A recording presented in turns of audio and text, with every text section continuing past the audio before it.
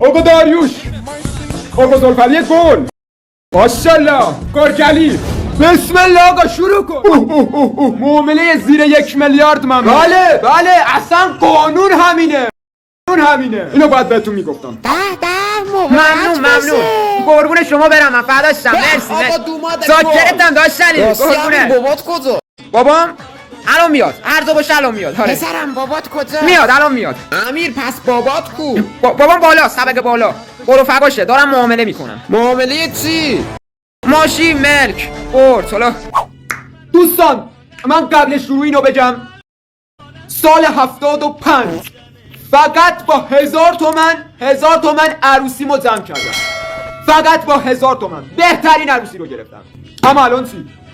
دخل و خرج با هم جور در نمیاد. برو ملیزا، برو فندک رو بیارین رو روشن کنم. آره میگفتم اگه بیارم میدی یکم منم بکشم. برو بچه برو. تو اصلا اینجا چه غلطی میکنی؟ برو پایین پیش مهمونا. سال 57 بله الان میاد. بیام صداش بکنم. الان میارمش.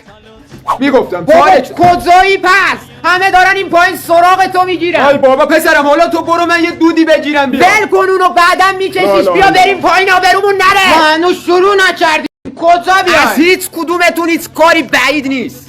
اما مظفر ماشین آورده تو حیاط داره میشورتش. انگار نه انگار که عروسیه. من ریدم تو این عروسی. راستی بایرامنی کجاست؟ تریاکم کو؟ بایرامنی کجا رفتی تو؟ یا بلفت پسر زنگ بزن اورژانس، این تریاکو خورده. وای همینا کم داشتیم. بفرما. پاشید جمع کنید. پاشید عروسی به هم خورد.